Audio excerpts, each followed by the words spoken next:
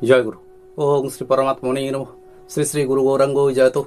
সকলকে জানাই শুভেচ্ছা এবং যথাস্থানে প্রণাম।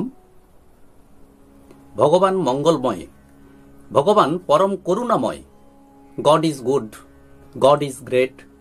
এইসব কথা, এইসব প্রবচন আমরা সবাই জানি, কিন্তু ভগবান কিভাবে মঙ্গলময় বা ভগবান যা করেন মঙ্গলের জন্য, কিভাবে এটি সম্ভব, আজ এ নিয়েই একটি মোটিভেশনাল স্টোরি বলবো।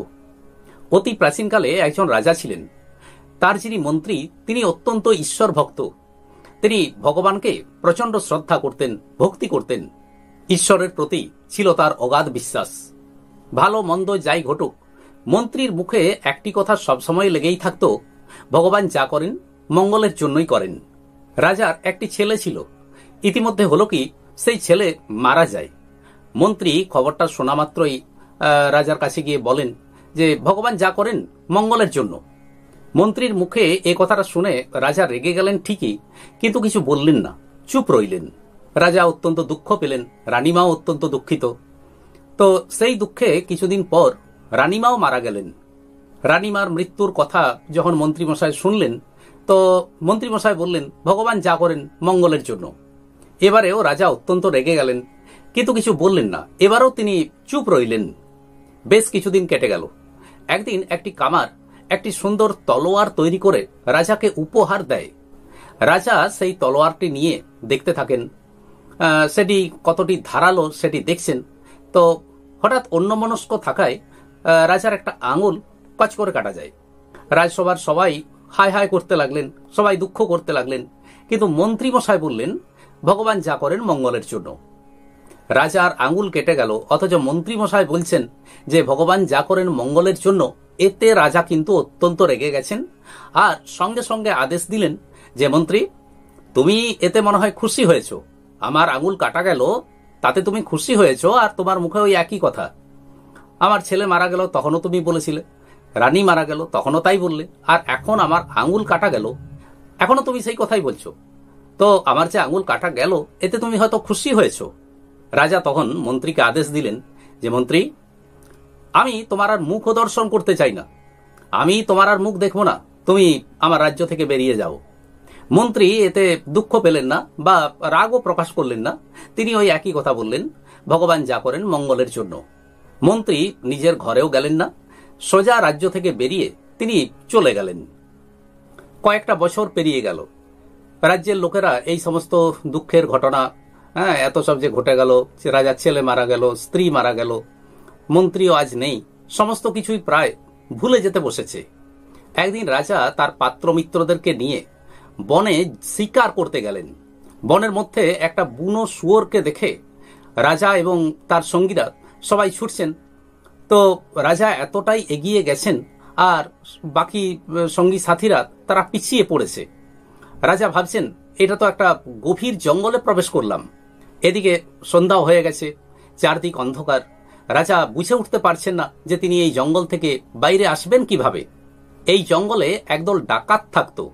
বনের মধ্যেই ডাকাতদের ছিল মা কালীর মন্দির। আজ প্রচন্ড অন্ধকার, কারণ আজ অমাবস্যা। তাই মায়ের মন্দিরে নরবলি দেওয়ার ব্যাপার ছিল। আর ডাকাতরা মশাল জ্বালিয়ে বনের মধ্যে ঘুরছিল, যদি কোনো মানুষ পাওয়া যায় কিনা। এমন সময় রাজা ওই ডাকাতদের হাতে পড়ল। তারা রাজাকে নিয়ে গেল মন্দিরে, বলি দেওয়া হবে। পুরোহিত মশাই বললেন যে ঠিক আছে, মানুষ যখন পাওয়া গেছে ওকে নিয়ে এসো, এবার ওকে বলি দেওয়া হবে।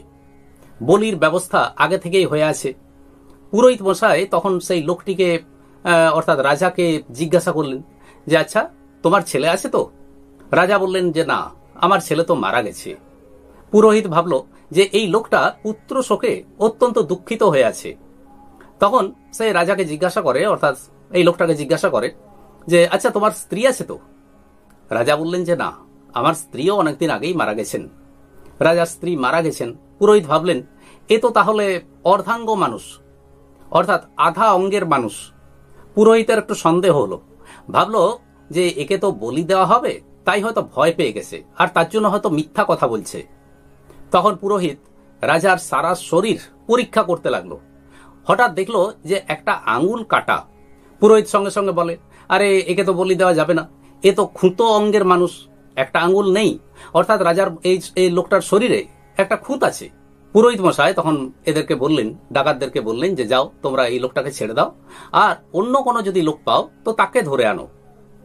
রাজা ছাড়া পেতেই রাত্রের অন্ধকারে বনের মধ্যে এদিক ওদিক ঘুরতে ঘুরতে কোনক্রমে নিজের রাজধানীতে ফিরে এলেন।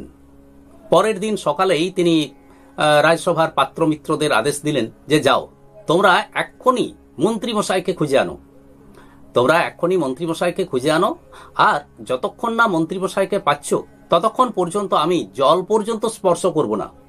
মন্ত্রীকে খোঁজার জন্য সকলে বেরিয়ে পড়ল। যাই হোক, কিছুক্ষণ খোঁজাখুঁজির পর মন্ত্রীকে সহজেই পাওয়া গেল। রাজার লোকেরা মন্ত্রীমশাইকে বললেন যে মন্ত্রীমশাই, রাজামশাই আপনাকে রাজধানীতে ফিরে যেতে বলেছেন, আপনি চলুন। এই কথা শুনে মন্ত্রীমশাই আবার সেই কথাই বললেন, ভগবান যা করেন মঙ্গলের জন্য।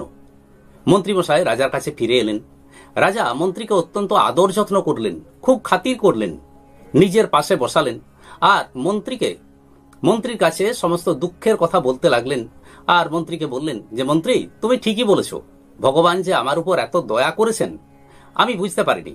হয়তো আমি অনেক কিছুই হারিয়েছি, ছেলেকে হারিয়েছি, স্ত্রীকে হারিয়েছি, আবার তোমাকেও আমি শাস্তি দিয়েছিলাম, আমার নিজের একটা আঙুল হারিয়েছি, কিন্তু ভগবান তা সত্ত্বেও যে আমার উপর এত দয়া করেছেন আমি কিন্তু বুঝতে পারিনি। আমার সবচেয়ে বেশি দুঃখ লাগছে জানো, যেদিন আমি তোমাকে শাস্তি দিলাম, রাজ্য থেকে তাড়িয়ে দিলাম, সেদিন আমার একটা আঙুল কাটা গেছিল, আর তখন তুমি একটি কথা বলেছিলে, ওই একই কথা, যে ভগবান যা করেন মঙ্গলের জন্য। সেদিন আমি কিন্তু তোমার কথাটা বুঝতে পারিনি, আর তাই আমি তোমাকে তাড়িয়ে দিয়েছিলাম। এবার রাজা মন্ত্রীকে সমস্ত বৃত্তান্ত বললেন যে এরকম দুদিন আগে বনের মধ্যে শিকারে গেছিলাম, ডাকাতদের হাতে পড়েছিলাম, সেখানে আমাকে বলি দেওয়ার জন্য নিয়ে যাওয়া হলো, মন্দিরে বলির জন্য আমাকে নিয়ে যাওয়া হলো। তারপর পুরোহিত মশাই যখন আমার সারা শরীর পরীক্ষা করতে লাগলেন, হঠাৎ দেখলেন যে আমার একটা আঙুল কাটা, কোন ক্রমে আমি বেঁচে গেলাম। তো আঙুল যেদিন কাটা গেছিল সেদিন কিন্তু তুমি বলেছিলে ভগবান যা করেন মঙ্গলের জন্য, সেদিন আমি রেগে গেছিলাম। কিন্তু আজ আমি বুঝতে পারছি যে সেদিন আঙুলটি কাটা গেছিল বলেই আমি আজ প্রাণে বেঁচে গেলাম।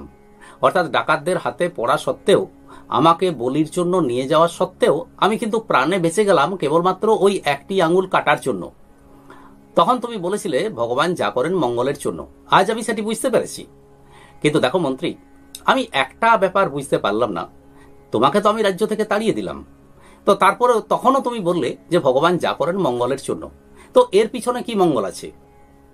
মন্ত্রী খানিকক্ষণ বাদে বললেন যে দেখুন রাজামশাই, আপনার আঙুলটা কাটা গেছিল বলে সেদিন আপনি ডাকাতদের হাত থেকে বেঁচে গেলেন।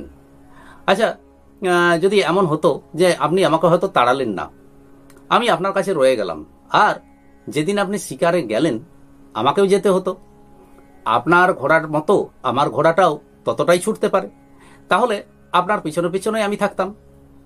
ডাকাতরা যদি আপনাকে ধরে তো আমিও তাদের হাতে ধরা পড়তাম, আমাকে নিয়ে যাওয়া হতো সেখানে। আপনার ওই আঙুলটা কাটা দেখে হয়তো আপনি বেঁচে যেতেন, কিন্তু আমার তো কোনো শরীরে খুঁত নেই, তাহলে আমার প্রাণটা তো যেত, আমাকে তো ওরা বলে দিত, মায়ের সামনে মায়ের মন্দিরে আমাকে ওরা বলি দিয়ে দিত। কাজেই আপনি যে আমাকে তাড়িয়ে দিলেন, তো এতেও তো আমার মঙ্গলই হলো, ভগবান এতেও তো মঙ্গলের জন্যই এ কাজ করলেন। অর্থাৎ ভগবান আপনার মুখ দিয়ে এই মঙ্গল কাজ করলেন যে মন্ত্রী তুমি রাজ্য থেকে চলে যাও। ওই কয়েকদিনের জন্য আমি কিন্তু চলে গেলাম, আমি ছিলাম না, আর তাই আমি বেঁচে গেলাম। আবার দেখুন ভগবানের কত কৃপা, আবার আমি আপনার কাছে ফিরে এলাম। মহারাজ, এটিও তো ভগবানের অশেষ দয়া। এই গল্পে আমরা এটিই বুঝলাম যে আমাদের জীবনে নানান সুখ দুঃখের ঘটনা ঘটে, নানান উত্থান পতন ঘটে, তো সেগুলোকে যদি আমরা সহজ সরলভাবে মেনে নিতে পারি, তাহলে আমরা দেখব যে সেই ঘটনাগুলোর পিছনেও কোনো না কোনো একটা মঙ্গল লুকিয়ে আছে। অর্থাৎ ভগবান যা করেন তা মঙ্গলের জন্যই। আজ এই পর্যন্তই। আসুন এবার সেই ভগবানের মহামন্ত্র জপ করি। হরে কৃষ্ণ কৃষ্ণ কৃষ্ণ হরে হরে, হরে রাম রাম রাম হরে হরে। নমস্কার।